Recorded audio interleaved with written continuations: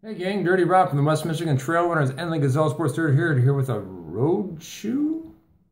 That's right, talking about the Mizuno Catalyst, not the new Elixir. Elixir fans, please, let's stop talking about your shoe. Do not fill my comment section with comments that this shoe is not the Elixir and it's a bad replacement, because it isn't the Elixir and it's not a replacement. It's simply filling the void that the Elixir created in your heart. I'm so sorry.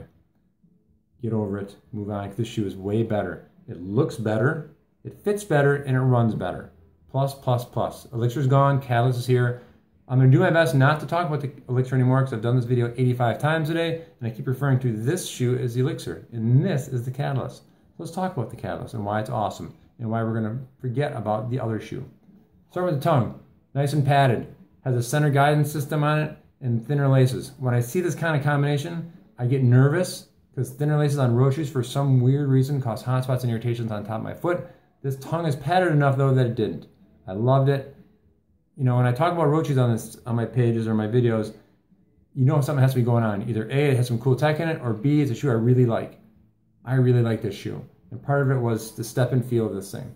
Combination of the tongue and this upper that had just enough room in the forefoot for my toes to display, and then a nice locked in midfoot and heel area.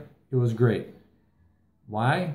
Just a little bit of stitching on the rand, stitching on the logo, stitching on this kind of piece here decoratively on the medial side and then around the heel counter. So you get a great midfoot wrap, great heel lock-in, great room in the forefoot. Now again, I hesitate to say room for your toes display. If you're an Ultra fan or a Hoka fan or some Hoka fans, a Topo fan, you want that big wide toe box, it isn't that. But it is definitely a little roomier than traditional Mizuno shoes. Normally, you had told me 2 years ago when I started this video thing, I was gonna review a Mizuno road shoe, I would have laughed at you. I used to hate Mizuno road shoes. They never fit my feet. Well, my feet hated Mizuno road shoes. This shoe though is sweet. My foot loved it. Definitely very runnable. Almost maybe you want to run road in it. Not quite there yet. I still like my wide toe box, so it's still not wide enough for me. But I threw it on and I definitely ran around in it and I loved it. So, midsole, euphoric foam. Nice and zippy, responsive, lightweight. It does not have any little bits. This green part is not Euphoric X. It's not squishy, it's not soft, it's definitely responsive. Not racing flat responsive, but responsive, lightweight responsive. Wave plate is a single layer. I repeat, single layer, not doubled up on the medial side like the Inspire. Single layer all the way through so you get that nice shock absorption, energy return, and a little bit of guidance there. Perfect. Also, X10 rubber, very nice in your high abrasion areas, so you get some good durability out of it. They tip the scales at 9.4 ounces. They say on their website, my size 14, 12.2, 10 millimeter heel to toe drop. So it is a very traditionally weighted, built road shoe. It is not a racing flat. I repeat, not a racing flat. Though I don't know that you're going to get 500 miles out of it. I'm 6'4", 185 pounds. I would be surprised if I see more than 400 miles in this shoe.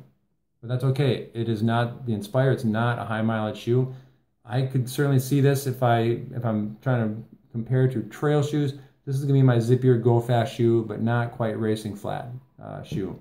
It certainly wouldn't be my long slog, slow run shoe. I'd want a little more shoe for that. But if I'm going for a zippy, quick shoe that's not necessarily racing flat, this is it.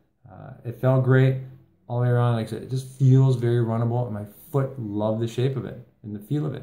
So I can't really complain about it. I loved it.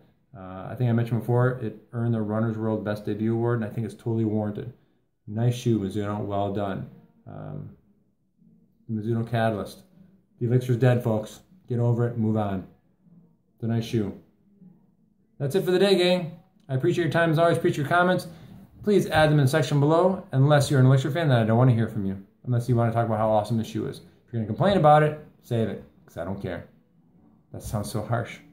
But please try to keep it positive and move on, because your shoe's gone and the Elixir's here to replace it. That's it, gang. As always, I appreciate your time and your comments. Keep watching. Have a great spring.